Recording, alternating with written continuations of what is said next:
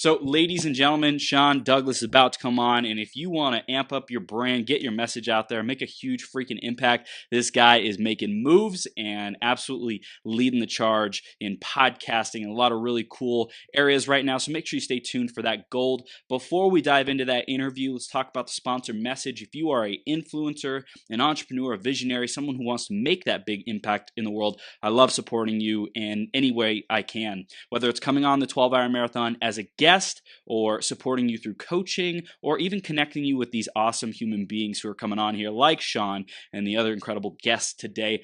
Anything I could do to support you on your journey of becoming your greatest possible self, please let me know. I am here for you to make you a champion, or at least support you along the journey. So let's make it happen.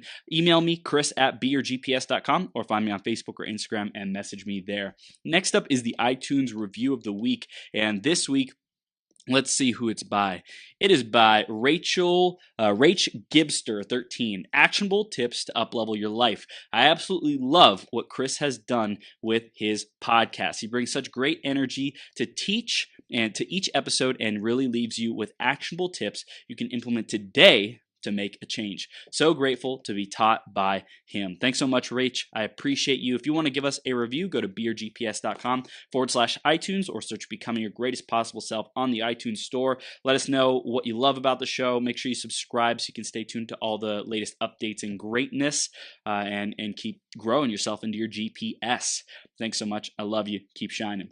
Now, I'm going to introduce Sean in just a second here. Make sure you grab a pen, a piece of paper. The wisdom that we're going to be giving to you is actionable, is powerful, and it's really going to help you become your GPS greatest possible self, especially in the area of business and branding. So stay tuned all the way through till the end because you never know what one idea can transform the rest of your life. Let's introduce Sean, and then we'll bring him on the screen. Sean Douglas is a U.S. Air Force veteran, TEDx speaker, master resilience implementer, suicide awareness trainer, business positioning strategist, international radio show host of Life Transformation Radio, and author. He's a suicide survivor who hit rock bottom, and he believes that you were created for a purpose. Once you unlock your true potential, you will elevate your life, which is why he founded the Success Core. Sean works with entrepreneurs, speakers, and business owners to improve their positioning in the market, which increases profitability while decreasing their anxiety and stress they feel in life. And we're going to dive into some amazing goodness today. Sean, are you ready to rock the house, sir? Dude, let's do this, man. I'm pumped. Boom. We are live on Becoming Your Greatest Possible Self. Thank you for being here, talking about branding, positioning, all the amazing things that you've already accomplished. And dude, we're just at the very beginning. So thank you for being here, man. Oh, man. I am honored to be here. You are one of a kind, my friend. And anything I can do to support you, man, I'm already on board. All right, let's do it. So let's dive right in. The theme of today is really in the face of adversity, in the face of conflict, how do you trust your guidance, Sean? My intuition. I'm so in tune with myself, whether through mindfulness or meditations, emotional intelligence. I listen to what my own self is saying. And everybody has this. It takes work. And when you intuitively listen to yourself, your full heart, mind, body, and soul, and when it's in line and you are grounded in your space, and there's grounding exercises that you can do. I am so grounded. And I can tell by people's nonverbals what they think about the current, like if I say something to them, I can tell by their nonverbals what's happening, right? Most people don't even look at the nonverbals. They just talk and talk and talk and talk. And like they're so not even aware. I'm just well aware of how, when I say something, how that feels inside. And when I do something, I'm like, I really want to do this one thing. No, that doesn't feel good. No, it's not the right time. And I'm usually correct.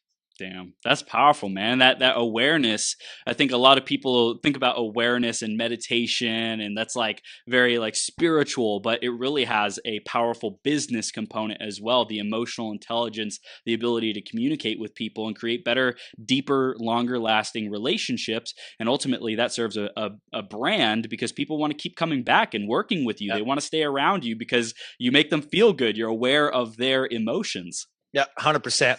20 to 70% of your customers or clients will leave you or the business in the first 100 days if you do not give them a custom world-class experience or provide what they perceive as to be the value.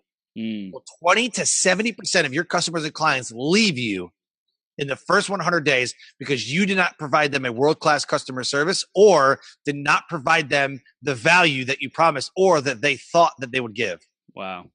Damn. So is that like people aren't setting proper expectations and they just don't have the process or systems or know how to deliver that world-class experience? Absolutely. And in addition, people are more focused on lead generation than they are on providing the customer service and whatever the program, product, or service, whatever that you were to deliver. Yeah. Right? Like I had one lady tell me, she goes, I haven't learned anything. I could have Googled all this. And I was like, right. You could have Googled this, but you didn't. And instead you paid me. So I'm like your paid Google. Yeah. And it's like it's more customized, it's more concierge, it's more like, hey, you want the information on demand? I'm going to give you the best, and that's why you invest in me, to give you the fast track, because I've seen 100%. what Google has to say. I've been doing it for whatever decades, like I know what's out there. Exactly. So how you do that, right? When you're working with somebody, you must know a lot of things. like it pains me to listen to people going, well, I know this one way to do it, this one thing. Like when I start podcasts, I'm like, hey, do you want to use Libsyn, Podbean, Blueberry, Blog Talk Radio, Spreaker? Like, what do you want to use? They're like, I'm like, well, you got to know them all. So if I'm like, oh, no, Libsyn is the only one I would ever use, 9 times out of 10 is because the only one you know how to use. Yeah. You don't know how to use the other ones. Well, I am versed in all of the other stuff, right? So when you're coaching somebody or you're providing that program, product, or service, and it's a world class, is because you're knowledgeable and you want them to pick and choose, because what they're going to say is, well, what do you think?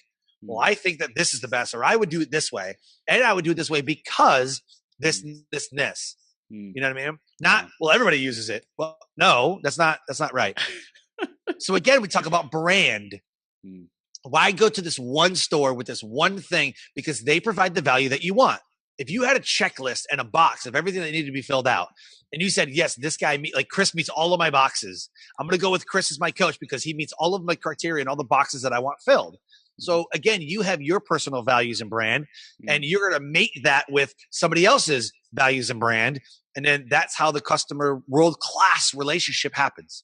Wow. I just thought what would be really cool is like if you had like an infographic with, you say, I am Sean Douglas. Here's what I stand for, my core values, my perfect client. Here's what they stand for, and you have like a picture. Oh, that's an idea. Do it, man. Put it on your website. I only work with these types of people. Boop, boop. Yes. And then, that's a great idea. I think everybody should do that.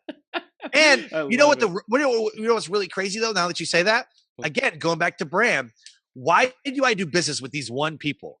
Well, I don't know, because they're my avatar. They're my target market. Most people don't even know what their target market is. They're like, I want somebody who's breathing. Like you have to, like, are they a tea drinker? Are they a coffee drinker? Do they have a 9-to-5 job? Are they sick of their job? Like, what's their hell? What's their heaven? And then let's figure this out. Yeah. Right. Yeah. This is gold, man. This is gold. So before we dive in any further, you support your clients with branding, positioning, business strategy, podcasting. Tell us a little bit more about what your clients come to you for, Sean. So I get booked to speak at conferences, events, summits, all that stuff. So that's a service that I provide as I speak. Okay. They come to me to create, launch, and monetize their business, their podcast, their book. It's all about positioning. I create, launch, and monetize your platform, your positioning. Because most people, they're like, here's my logo, got my logo, guys, because I'm going to start a business, and here's my podcast graphic, and here's what I'm going to do, guys. Here's what I'm going to do. But they don't have anything to support it. No. Like, why do I care about another podcast coming out? Like, here's another one I got to subscribe to. Like, why do I care? They didn't position themselves. No. And if you come out with a business podcast, you're screwed because everybody comes out with a business podcast.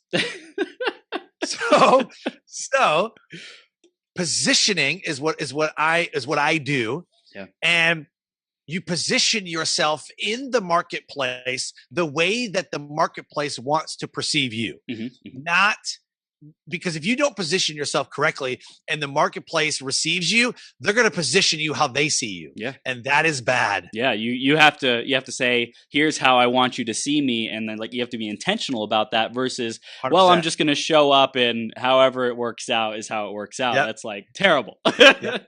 Hey guys, here's my podcast talking about comics. Like, cool. My number one question I always ask everybody is, well, I want to start a podcast about, or I want to speak, or I want to coach, or I want to, whatever you want to do. My number one question is this: who pays for that? Yep. Who pays for that? Yep. Oh, I got a comic podcast, and yeah, we're just gonna talk about comics. Who pays for that?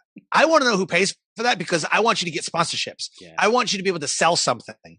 I want you to, right? So is it a podcast about comics from the 70s? Are you reviewing comics? Are you like, what specifically, what positions you, like, why would I read or listen to or watch or whatever your show? Yeah. What is the point? Not because I'm a comic freak and I'm, oh my God, comics like set my soul on fire. Not that. It's because, I have a set of comics and maybe you go over what the comics are worth. Maybe you have a comic worth show, which if anybody's listening, you should probably do this because Avengers is huge right now. If you have a comic book worth show, I don't know what you'd call it. You literally go, okay, episode 97 of the Green Lantern comic is, it's got to be mint, it's got to be this, got to be, and so you're the foremost thought expert on what these comics are worth. It's literally worth 5 cents, guys, because they mass produced 1 million copies of this episode 97 of this one comic. It's not worth crap. Okay.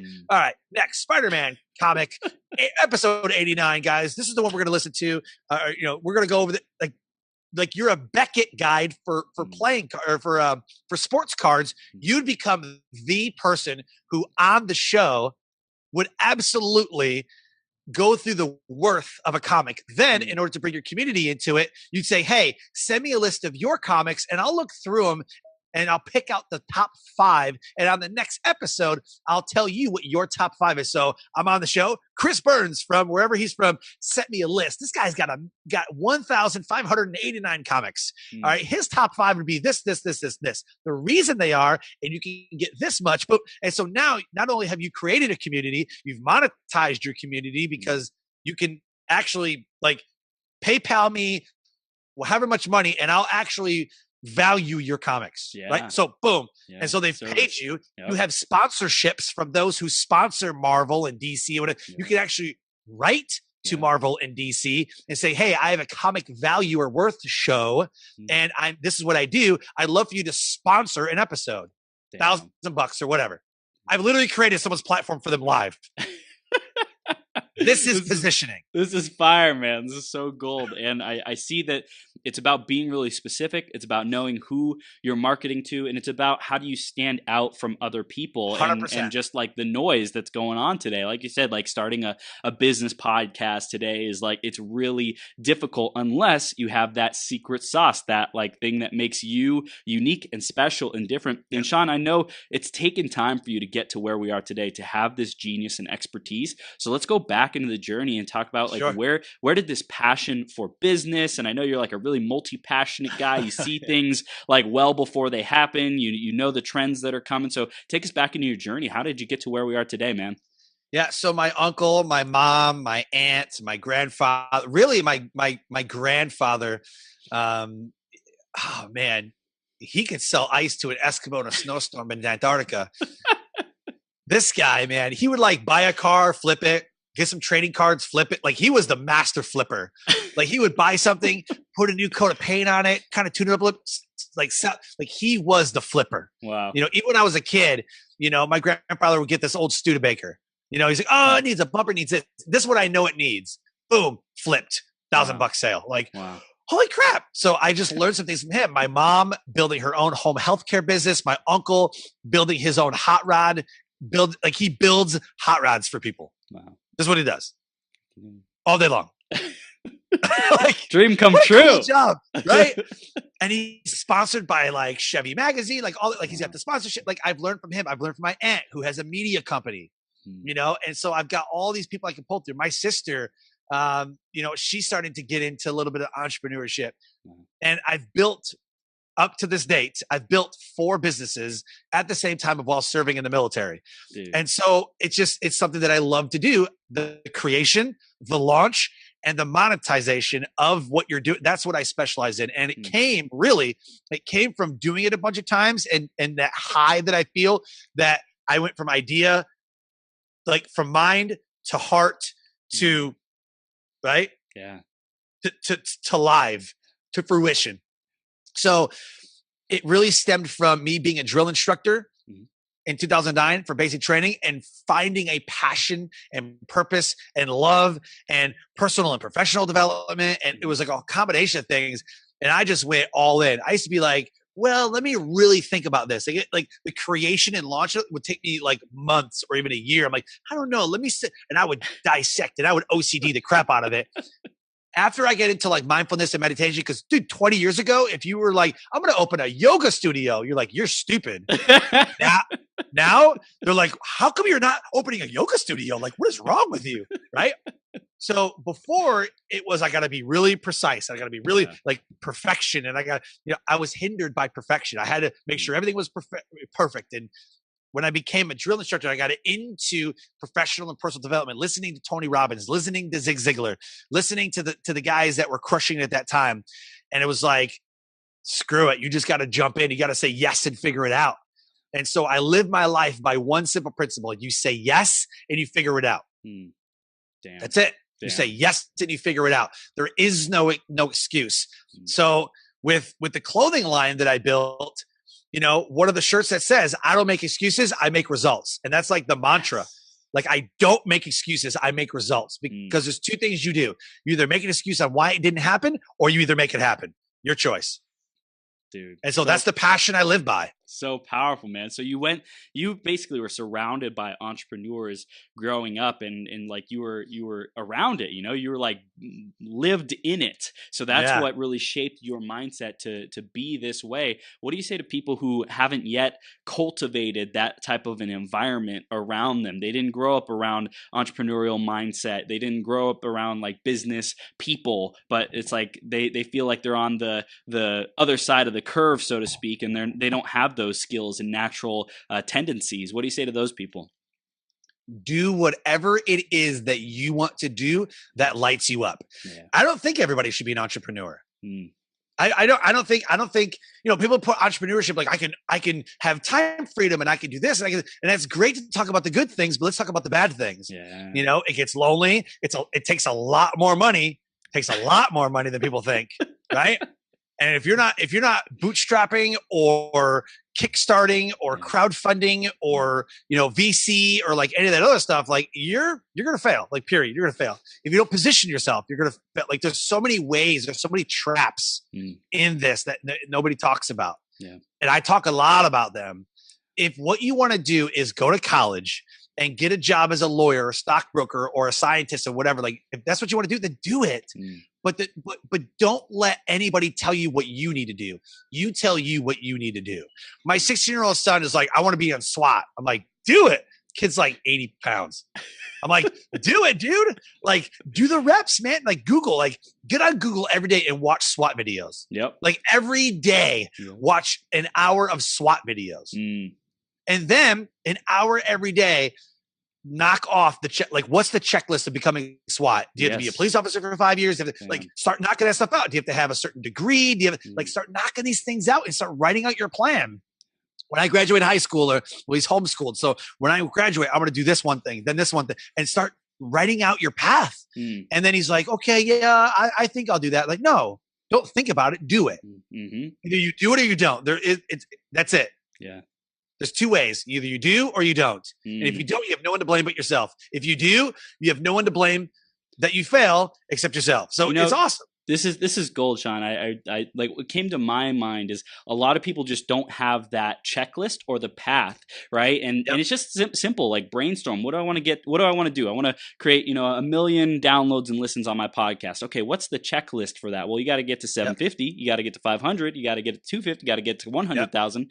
Okay, well, what does it take to do that? Like, do you have to build a community? Do you have to get on other people's shows? Do you got to go get on news or like what is the pathway to that? I think a lot of people people aren't doing that. Same thing with like building a business. What does it take to get to $1 million business? Well, you got to get to 750. You got to have a team, maybe. You got to like, what are those steps? What are the checklists?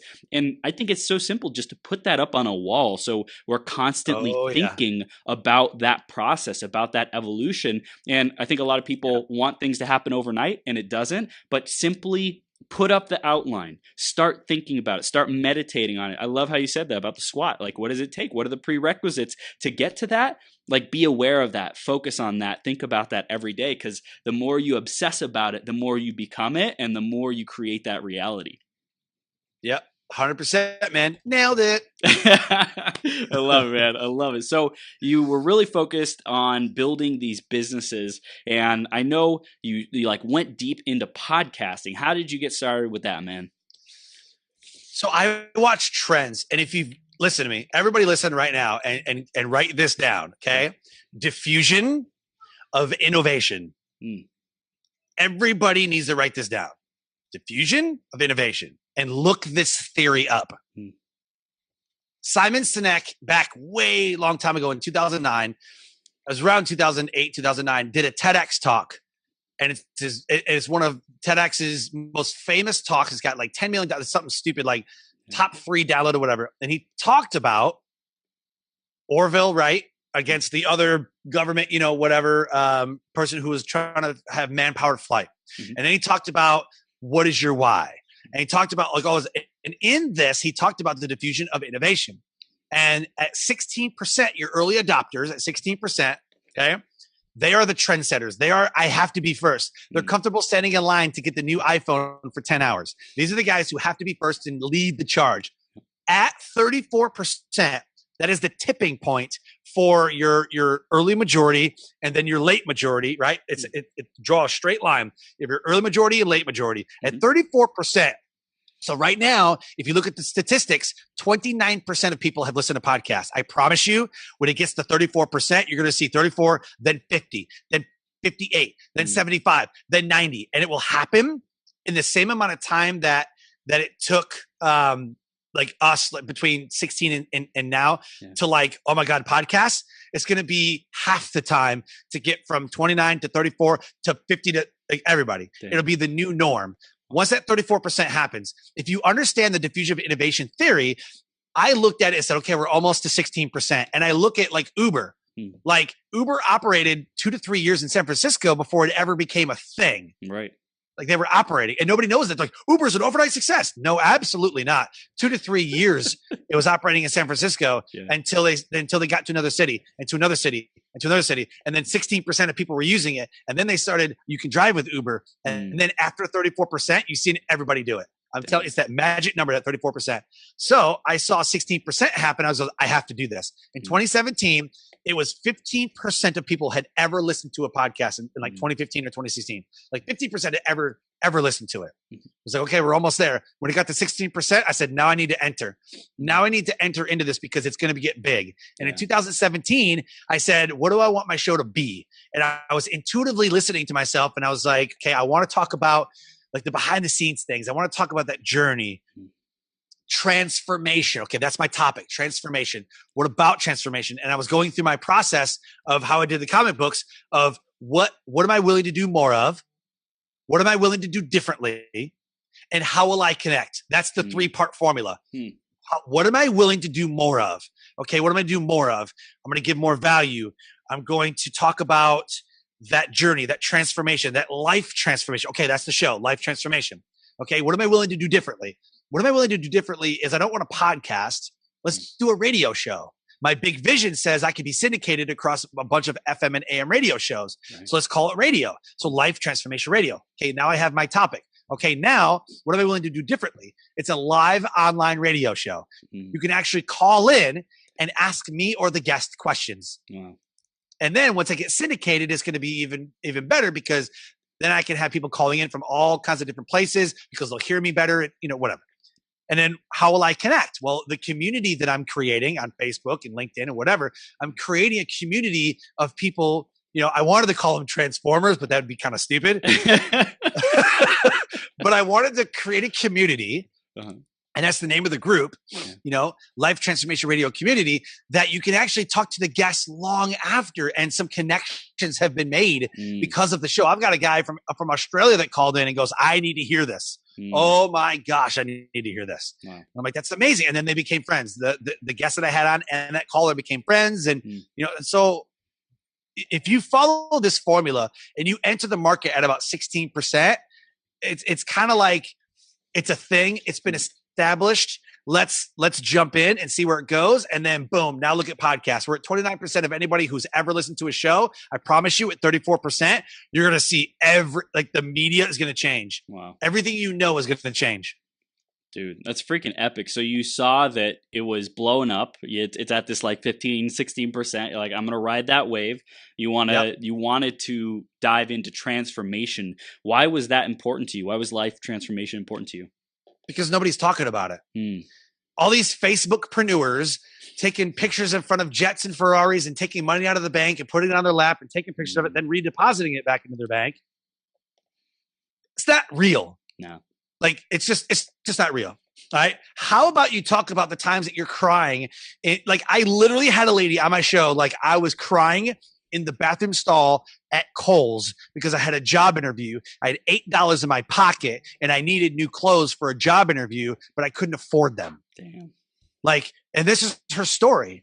Wow. And I'm like, geez, I've got a guy who slept in his car for 2 months and he operated a business inside of his car using Wi-Fi for 2 months. Holy shit.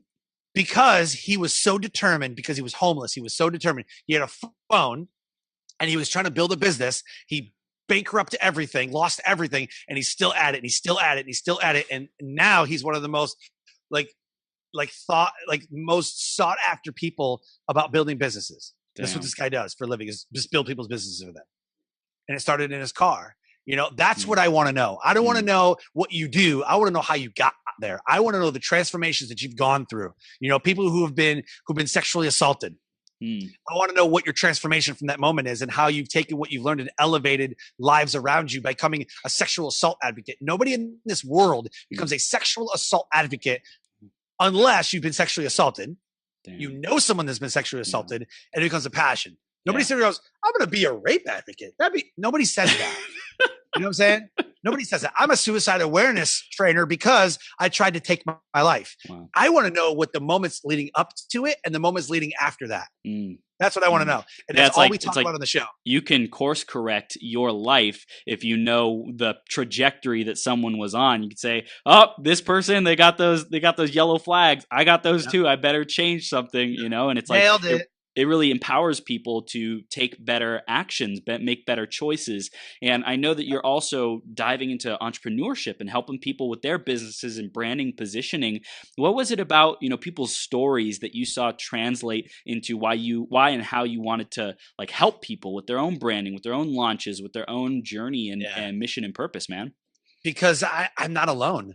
Everybody's like, I got to be that success story. I got to first of all, success is subjective. Yeah. I look at Chris, I'm like, dude, that guy is super successful, and as we're on the show, he's like, oh yeah, I am. And then maybe an hour from now, he's going to be like, dude, what am I doing? Oh my God. And we all go, right? We all go through this moment. We're like if the feed was to die, right? The feed was to die and he can't get it back up. And he's like, oh my God, why do I put myself through this? This is ridiculous. Why would I ever this is so stupid. Every entrepreneur goes through that point where they throw something at the wall. I'm finished. I'm so done with this. And then they walk away. And 10 minutes later, okay, no, I got to figure this shit out. Okay, no, I have to figure this out because I can't give up. And we all go through that moment of I'm so done with this. Why do I do this? We know why we do it, because we love it. We love the journey, because we sit at the end of the day and we look back at the last 24 hours and we just shake our heads and goes, this is why I do what I do. And those stories of the people who I can help that come back and say, you changed my life. That's why I do what I do. Because I know that I'm literally helping people and I'm meeting cool people like you. Dude. And it just makes the journey worth it, because every single day is something different. I don't want to go to a 9-to-5 where I know every single day is going to be the same. That sucks. Yes, I don't want to do that. We love variety and uncertainty. It's the spice of life, man. That's actually one of the what's it called? The 6 laws or six human needs. Tony Robbins. Six basic human needs. Yeah, 6 basic human needs: uncertainty, variety, right? But then you need connection and love, contribution. Yeah, man. Yeah. Yep. Dude. And it's these things that we know, right? But do we actually use them? And really, like, you prove my point. The practitioners, the people who love what we do, can just pull that stuff right out. And I'm like, oh yeah, because I know. If you're not a purebred, man, and you're just doing it for the money, like if you're in crypto, get out of my face. If you're a 20-year-old life coach, right? If you're 20 years old and you're a life coach, get out of my face. If you're a 20-year-old, dude, I literally yesterday met a 22-year-old marriage coach. Wow. Never been married. I'm like, get out of my face. Don't even talk. Never been married. Get out of my face. You have no idea, bro. You're not in it. You're not in it. Like, you get out of my face. So anybody can read a book like the 5 love languages, regurgitate the content, and then become a coach on the 5 love languages. Anybody can do that. It takes a certain somebody to then be vulnerable and authentic and say, you know what? I was divorced before, and this is why. And I screwed my marriage up, or I hit my wife, or I hit my husband, or I, Lorena Bobbitt. You know what I mean? Like, it's like you got to be vulnerable as a coach, as you know what I'm saying? Like, you have to be vulnerable. And you have, to me, you had to have been there so that you can say, well, I would do it this way and I would do it this way because I know what's going to happen. Yeah. It's not enough just to read it in a book. Well, anyway, I think you've seen like so much that has happened. You've had so much experience, and a lot of challenges with younger people is they don't have that level of experience and wisdom, right. So it's like we're young people, millennials, are trying to figure out, hey, what's my purpose? What am I here to do? How do I serve the world best? And we look at like older generation like yourself, you're not that much older than me, but like I see you as someone who's been paving the way, who's been at this longer than me. And that's why you have a ton of experience and wisdom. And I think the best thing that we can do is find someone's brand and operation who we resonate and believe in. Like, because a lot of people think, hey, if I go get a job, then I'm going to be a slave to a corporation and do the 9 to 5. That's not always the truth. You can find like jobs and careers working with your dream people, like working with Sean Douglas, working with Tom Bilyeu, working with whoever, like that inspires you to be your greatest possible self. Go surround yourself with the people who are engaged actively in a mission and in a purpose that moves you and inspires you into your greatness. And I see you doing that. And also you're helping people to understand what it means to really live their brand, right? Like living the brand. Tell us why you created that as your slogan, man, so to speak. What shirt are you wearing? Who made your shirt? I don't know the brand. Right? Either they do this, they're like, oh, it's Abercrombie. Or they go, here's my favorite one. Oh, this shirt? Oh, well, this is American Eagle. They state it away like, this is American Eagle. You're like, for some reason, us having a Coach purse or Louis Vuitton or a BMW or a Corvette or Banana Republic, or we're drinking Coke, which I don't know why you'd ever drink Coke because Pepsi's better. But anyway, you would ever like, you know what I mean? So everybody has their brand. Nobody is going to buy a car, okay, based on, I'm going to go buy a Chevy because dagnabbit, their core values, their customer service is so great. No one's doing that. No. Everybody has their list of values. The quality of the car, the gas mileage, whatever. So people buy based on value, or they buy based on social status. Now, we all know that people buy with emotion and justify with logic. Cool, got it. People buy with value, or they buy with social status. If I buy this Louis Vuitton purse, that means that I'm somebody. If I buy Michael Kors shoes, that means I'm somebody. Because somebody a long time ago says, if you're not building $1 million business, you suck. If you're not wearing these type of clothes, J. Crew, Guess, Banana Republic, Lucky, whatever, you suck. Oh, you're wearing, back when I was a kid, like Bugle Boy was like the Kmart brand, right? Like you're wearing Bugle Boy. Oh my God. Ugh. Oh, you're Route 66. Gross. Do you know how many adults, right? Do you know how many adults don't care what they wear as long as it's cheap, they can afford it and it fits well? A vast majority. Yes. But again, there are a majority of adults that buy a car, buy a house, buy clothes to impress people because they want social status. Yeah. So live your brand means you're not living Reebok's brand. You're not living Nike's brand. Do you know how many people got pissed when Nike started promoting like Colin Kaepernick and all that stuff, right? Like they came out with a campaign about him. I was like, huh? Nike don't give two Fs. Like, they don't care about nobody. Like, it's their brand. Yeah. I respected what they did simply because if they would have put Tebow on there back when Tebow's all that stuff, they'd have been like, oh my God, Nike loves Christians. Like, oh my God. They put Kaepernick on there like, oh my God, they love this guy because of that. Oh my God. Like, people were mad. The other half of the people were like, yes. Oh my God. Yes, Nike. Yes. I was looking at it like, dang, dude, it's pretty bold. Like where you guys are going with it. Like, because I seen what was happening. Yeah. And when they did it, it's just to prove that Nike is their own brand and they don't care what you think about them. They're going to do what they want to do. That's what I want. I want people to look at their brand and go, I care more about me than what you think about me. Yeah. Like Chris cares more about what Chris thinks than what Sean thinks or the world thinks or everybody watching thinks. Chris loves himself more than everybody else loves Chris. And so I got into an argument with my uncle about this. He's like, man, you're going to tick me off, man. I was like, no, I'm number one. My wife and kids are like 1.5. Yeah. Well, really, like for me, like God is number one. Like really, let's God is number one. Okay, got it. But I'm number one. He's like, man, I pay for my kids before I pay for me. I'll pay for it. Cool, got it.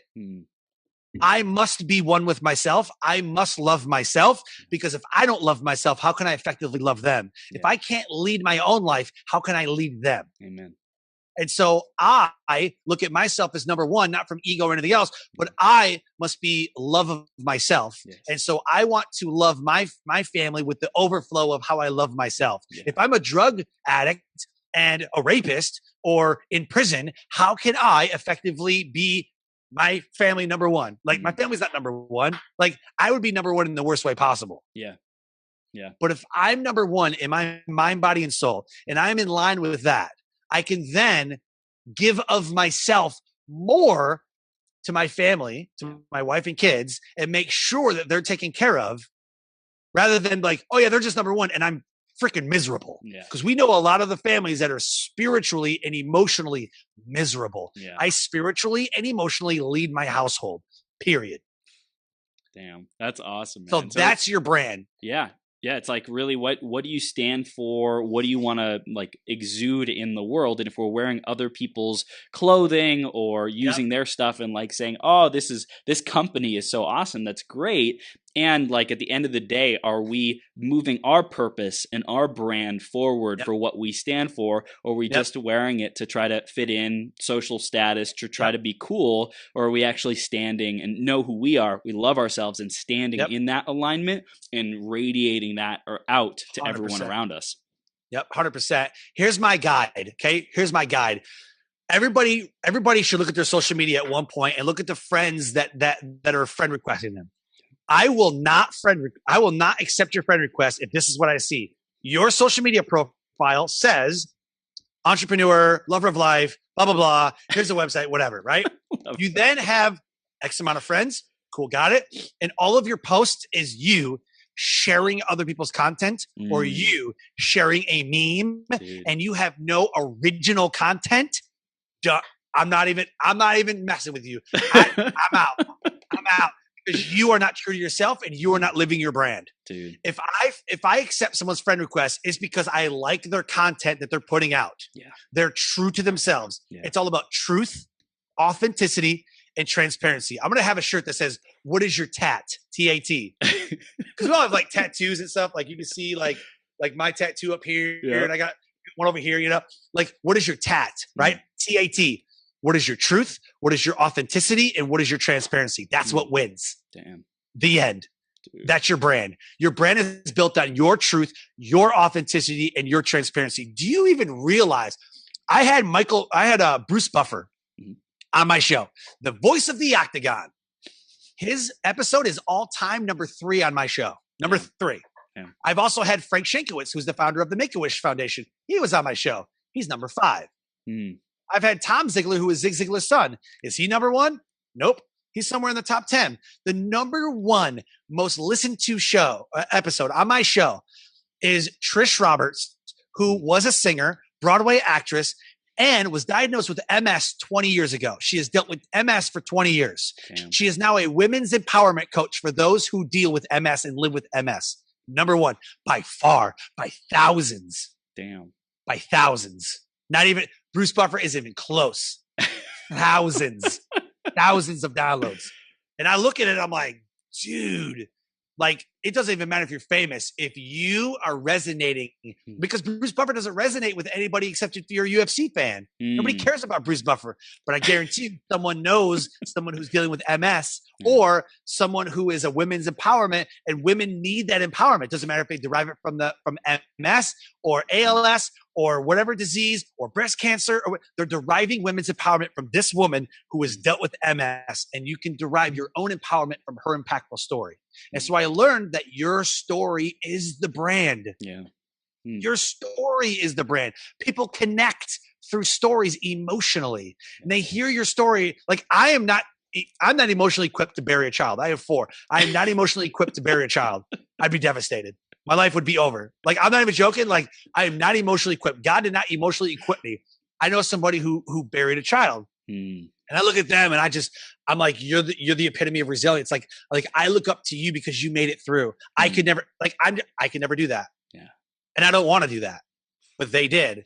And I look and I'm like, geez, dude, like it's just resilience and perseverance. And like, how the hell did you get through that? You know? And I look at them, you know what I mean? If some famous person was like, oh, I buried a child, I'm like, dang, that sucks. But I'm connected with this person. I resonate with this person. You know what I mean? Yeah. Yeah. Stories. Everybody has a story. Everybody. So I want to tap into that. How do we really harness the power of our story so that we can live our brand even more? So your story is your story. And trust me, you've been through something. Yeah. You know, you don't have to have I was raped at 12 story, or my friend got murdered, or I was in a car accident, or everybody has a story. I don't care if you're a regular dude and your mom and dad are actually still married and they actually still love each other, and you graduated high school with a 3.5 and you went to college and you got your degree and your life is so perfect. You still have a story. You still have a story. Yep. Right? Yep. Either you had girlfriends that cheated on you, or you pick out the most negative part of your story, right? Pick up the most negative part, like, oh my God, like that moment sucked, right? Yeah. Okay. Then pick out the most positive part of your story. Like, I've never gone through anything hard. Awesome. You've never gone through anything hard. That's your story. I'm a story of someone who's never gone through anything hard. Now find out why you didn't go through anything hard. I will tell you, number one, if your parents are still married, you're on the top 30%, because divorce is up to something stupid 50 or 60% or something like that. Yeah.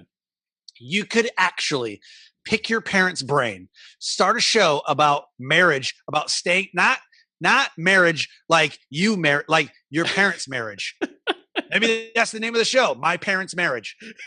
And you talk about your grandparents having a 65-year anniversary. Yeah. You talk about your mom and dad and how they didn't want a divorce, or maybe they separated at one point and got back together. My wife and I have been divorced once, separated twice. Wow. We're still together. We divorced, got back together. We filed for divorce papers and separation papers the second time. Then we got back together. And we've been together ever since. That's awesome. You would interview me and say, what brought you guys back together? And how do it would be a show about staying together, not from the perspective of psychologists, not from the perspective of a book, or you have been married to your wife for 20 years and this is how you stay together. My Parents' Marriage. God, what a great show that would be. But I'm just saying that this is your brand. Yeah, but I also hear that it's not trying to pretend to be someone you're not. You're not trying to pretend to be a marriage expert, and you want people to come to you because you know how to lead them in marriage. That's not the expert you're claiming to be. You are a witness. You were in the environment of it, and because that's a part of your story. That's like a secret sauce that's in your life if it resonates with you. And now you could say, well, this happened to me for a reason. This is a monumental fundamental, important part of my life, and I want to know more about it, and I want to empower people with what I had. So how can I go interview and talk to and connect with other people who had either similar experiences or contrasting experiences, and give our audience the wisdom of the ages if they want to achieve a great, loving, lasting relationship? 100%. 100%. My next show that I'm going to come out with, I've already got it like laid out. I'm going to start a second show. How cool is this? And I'm going to strategically launch it in October. Okay. This is why. The show is going to be called Awkward Dinner Conversations. I want to interview people like, you brought your boyfriend home to meet your family. There, guy. You brought your 12-year younger girlfriend over to meet your family, to where you're like, literally your girlfriend's 12 years younger than you. Like, you know what I'm saying? Like, or they're old, like you're dating someone your mom's age. Right. You know what I mean? Like, how awkward is that? Or you have this weird aunt that comes over only for Christmas and New Year's, you know, or Thanksgiving, which is why I'm going to strategically launch it in October. And those Thanksgiving dinners and those Christmas dinners are so super awkward, right? Like, I want to hear about those. What's the monetization path of this one? Bro, my whole monetization path is to call the food companies and have them sponsor me. Wow. Like, if you like, we're doing a Thanksgiving episode. Hey, Butterball. Hey, you know, whoever has the turkeys. Hey, banquet meal. Hey, Walmart. Yeah. Hey, Walmart. Yeah. You know, do you have a special for whatever? So if we're doing a Thanksgiving episode or a Christmas episode or whatever, I'm going to get the sponsors that spend all the money on these moments to come sponsor the show. That's the plan. And ideally, the audience is going to be the families who can listen together. Hey, like, we're an awkward family. We want to listen to other awkward families who are doing this weird stuff. It's literally a comedic reality radio. Comedic and reality radio. That's what I'm going to do, because that's what sells. I have no experience at all, right? What qualifies me as an experienced person? Here's what qualifies me. I've been through a lot of Thanksgivings at different military bases and different people at the table. And we always go back to a religious conversation or a political conversation. People get pissed off. They flip the table over. Like, it's great. Or you get a bunch of military dudes drinking together and then all of a sudden there's a fight. Like, you know what I mean? Or we were at my grandparents' house this one time, and this one guy came in and this is my boyfriend. Everyone was like, oh my God. Like, I remember awkward dinner conversations where like nobody's talking, because the family's like so pissed off at each other and we have to be there because it's the holidays, but nobody has said a word. Right. And if somebody said, pass the potatoes, it would start a fight because, what, you can't say please? Oh, you're rude. Like, and all of a sudden, like World War III is going on in your basement, you know, like, I've been to those dinners. It's awkward. So that's why I was like, man, awkward dinner conversation. And how it stemmed. I was at a restaurant and I overheard somebody talking, and they're like, no, I can't tell. No, I don't want to meet. No, I can't tell your family this and meet your family or whatever. And they were talking about how awkward it was be. And I just politely was like, excuse me. I don't mean to interrupt. And I really wasn't trying to eavesdrop, but I'm thinking about your conversation, like an awkward dinner conversation. And she's like, oh my God, it's going to be so awkward. I'm going to be so embarrassed. I'm like, why? Because they put a lot of weight and value in what their parents think. Yeah. Right. The attachments like, super interesting dynamic. I'm going to make a radio show about that. I'm going to make a podcast about that. Damn. That's awesome, man. I love it. Also, I wanted to ask you about the clothing, why it's important to wear the clothing, why you're like focusing in that direction. Yep. Because there's anti-bullying campaigns in schools that they have, they have these shirts that are like a circle with a cross, and they're like, you know, no bullies, you know, whatever. Dare shirts. When we were kids, we had Dare shirts. Yep. Right? You don't see those a lot.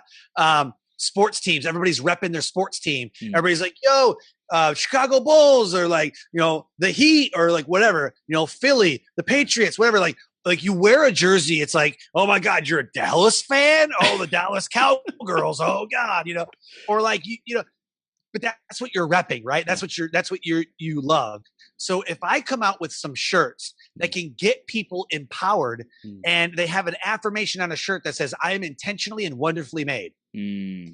I don't make excuses. I make results. Yeah. And this is what you believe. And it is on a shirt.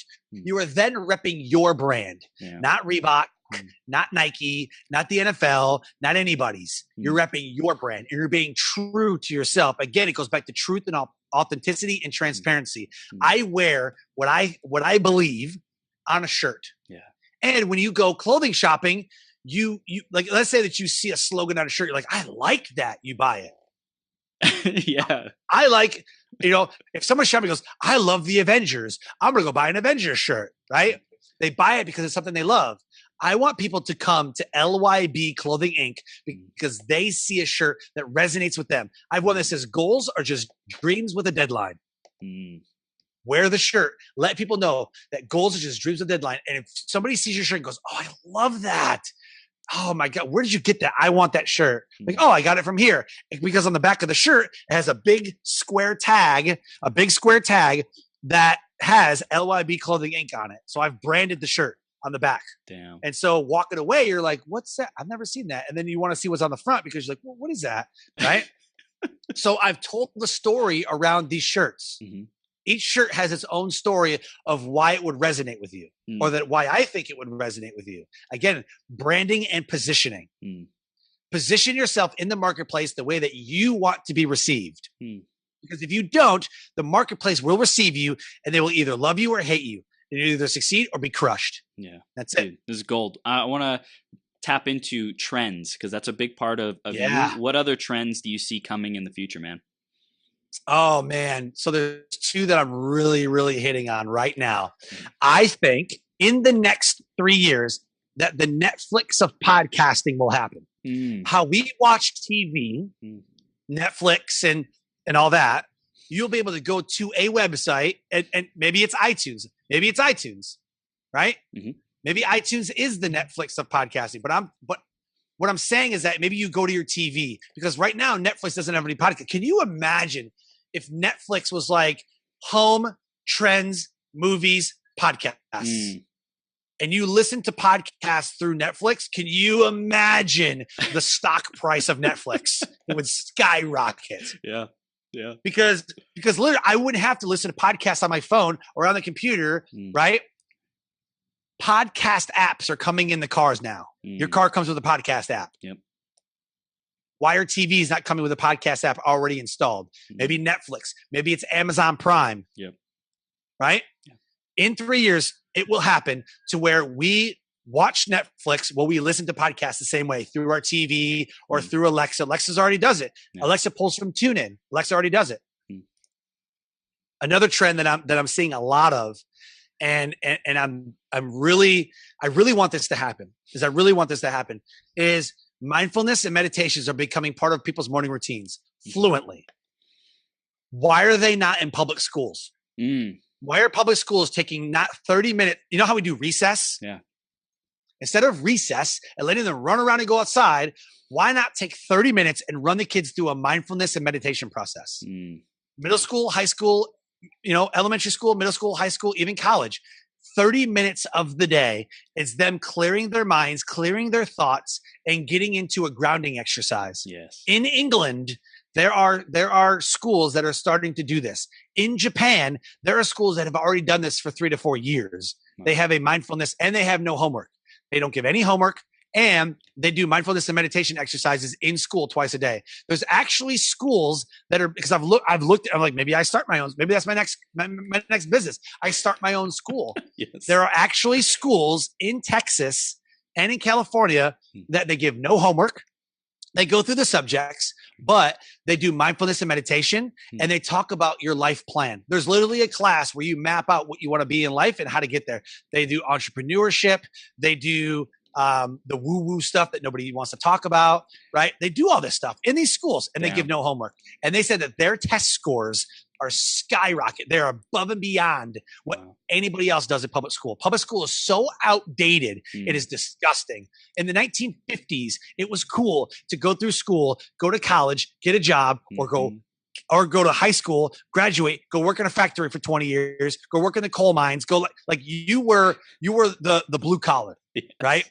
Blue collar, coveralls, whatever. You're down and dirty at the factory. You're the blue collar workers, right? That was normal. Right now, the normality is I want to start a business. I want to start a company. And I want to change lives. Yep. And the millennials are at the forefront of that of that movement. Yeah. The entrepreneurship movement is being helmed by the millennials, and then following that is Generation Z and Generation X, a little bit, but if you look, 28 to like 34-year-olds are really like, I want to be an entrepreneur, because everybody's Instagram and Facebook says entrepreneur. Dude, this is rad, man. I love it. So really the kids and the children of the next generation, like that's really where the trends are going to be, the attention, the time and the energy, because we know that the systems are broken now, and we really get to step into that. So dude, that's rad. And podcasting, of course, dude, it's blowing up. So Sean, this has been gold, man. Let's tell people, give them a final takeaway, what you want them to take action on, how they can stay connected with you. What do we want them to do next, man? My message for you today, at this very moment, is that you have the power to say, this is not how my story ends. You have the ability to turn the page and write a new chapter. You and you alone can make the decision to say yes and figure it out, or continue down the life path that you're on, struggling, hurting, broke, and not living a fulfilled life. If you want to live a fulfilling and passionate life, you say yes and you figure it out, and you make the decision to turn the page and start writing a new chapter. You can connect with me on Facebook and LinkedIn and on Instagram. Instagram is The Success Core. You can contact me on Facebook or LinkedIn at my name. And my website is The Success Core, CORPS, thesuccesscore.com. If you want to know more about Live Your Brand, go to lybclothinginc.com. Dude, Sean, you are on freaking fire, man. It's been a blast. I love you, dude. I love what you're up to, what you're creating, serving the world in a big way, empowering people with their stories and their mission and their purpose, and just you're an incredible human being, man. Thank you so much. Everyone who's listening and watching, go listen to his show too, Life Transformation Radio on freaking fire, and go visit his website, thesuccesscore.com. That's CORPS.com, and lybclothinginc.com, and follow this dude. Big things coming. Thank you so much for being here, Sean. I appreciate it. You rock, brother. Thank you so much. We'll see you soon, okay? See you, man. Take care. Bye-bye.